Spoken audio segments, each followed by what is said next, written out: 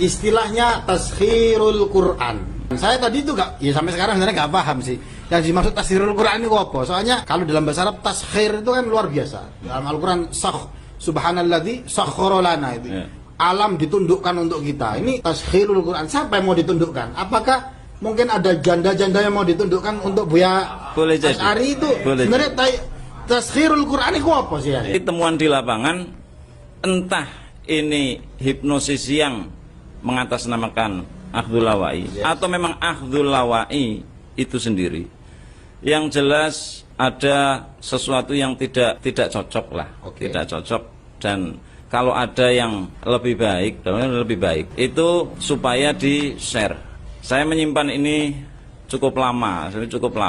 Jadi saya itu kan seneng menganalisa, berpikir karena background juga. Dulu saya pernah mengamalkan ijazah tafakur itu 3 tahun, jadi apa-apa itu tak dalami. Tapi dasarnya adalah supaya saya lebih mengenal keagungan Al-Quran lebih jauh lagi, lebih tinggi lagi. Akhirnya tersusunlah sebuah tulisan yang saya namakan Taskhirul Quran, penaklukan tanpa syarat dari Al-Quran. Ini yang memang perlu diketahui lah untuk semua peruqyah, terutama JRA, bahwa selama ini kita itu memperlakukan Quran sama dengan memperlakukan bacaan-bacaan yang lain. Memperlakukan bacaan Al-Quran untuk subuh sama dengan memperlakukan bacaan-bacaan yang lain selain Al-Quran.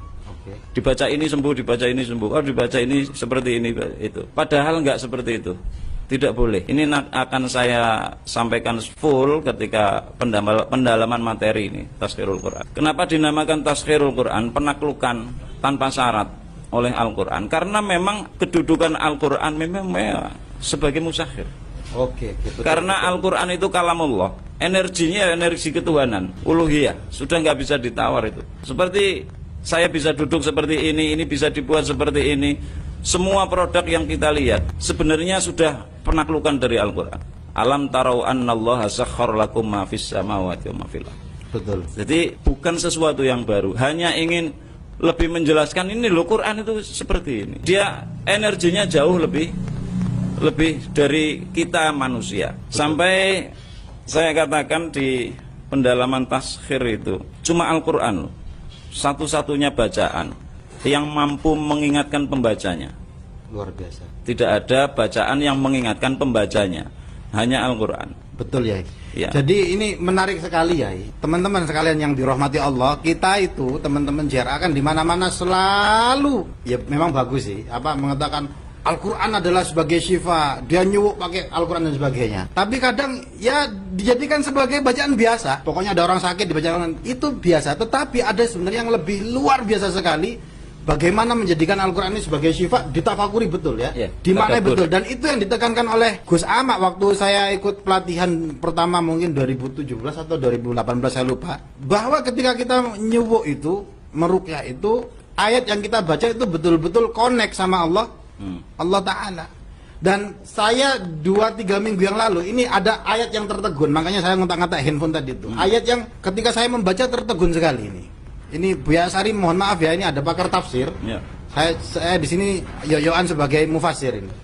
Nanti bisa dicek surah An-Nahl ayat 65. Di situ Allah Ta'ala berbicara tentang bagaimana Allah menurunkan hujan ke bumi, kemudian bumi itu tumbuh berbagai macam tanaman. Itu surah An-Nahl ayat 65. Yang menarik, ketika Allah menjelaskan itu, sebelumnya yaitu surah An-Nahl ayat 64, Allah menjelaskan tentang bahwa Al-Quran diturunkan sebagai penjelas.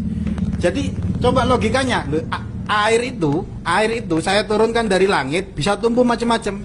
Dia sebelumnya Al-Quran itu saya turunkan sebagai penjelas, litubayyina, untuk menjelaskan dan sebagainya.